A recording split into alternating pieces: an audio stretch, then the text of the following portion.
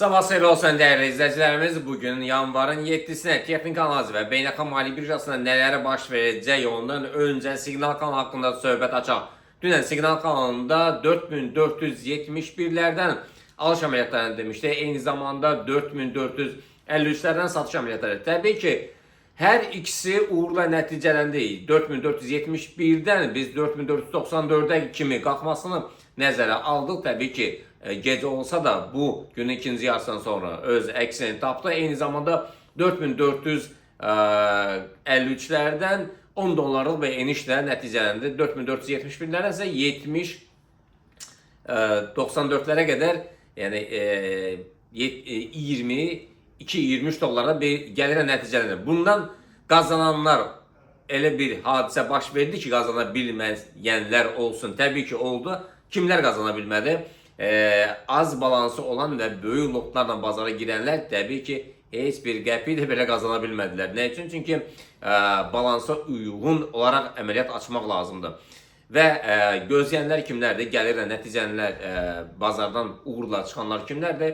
Yəni hesablarına, deməli balansına uyğun lotları düzgün seçənlər təbii ki gəlirlə bazardan çıxdılar. Bugün nələr baş verəcək? Bugün səhər saatlarında biz qızılın erken satışlarını nəzər çatdırdıq. Bu da Signal kanalında 4465'ten ilkin olarak hedef olarak 10 dolar bir eniş 4455'lere kadar. Tabii ki ne 50'lere kadar indi. 50'ler ve 45'ler çok güçlü bir destek xəttidir. Ümumiyyətlə qiymət biz bunu Telegram Signal kanalında da dedik və sizə də deyirik. Və qiymət hal-hazırdakı vəziyyətdə, yəni 45'lerden aşağı formalaşsa ilkin olarak yani 20 dolarla eniş, sonra ise yeniden 20 dolar. Ümumi olarak deyək ki qiymət 40-50 doların bir enişlə 4413-12'lere kadar enməsi gözlənilir. Bu həm də ki dönüş nöqtəsidir. Buradan dəstək alıb yuxarı doğru istiqamətə davam edir. Ama ondan önce siz 4450'ler ve 4445'lere dikkat edin.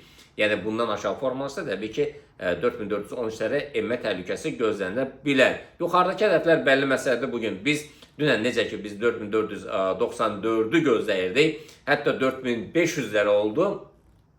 Bugün isə 4522'lər və 4547'ləri. Təbii ki gələn həftələrdə isə 4617'lər gözləyirik. Keçək biz Bitcoin'ə. Bitcoin'də dünən alışlar bizdə 94.250'lerden oldu. Tabii ki qiymət 94.500'lere kadar kalktı. Satışlar ise 93.300'lerden oldu. 91.300'lere kadar indi. Mükemmel bir nəticə verdi.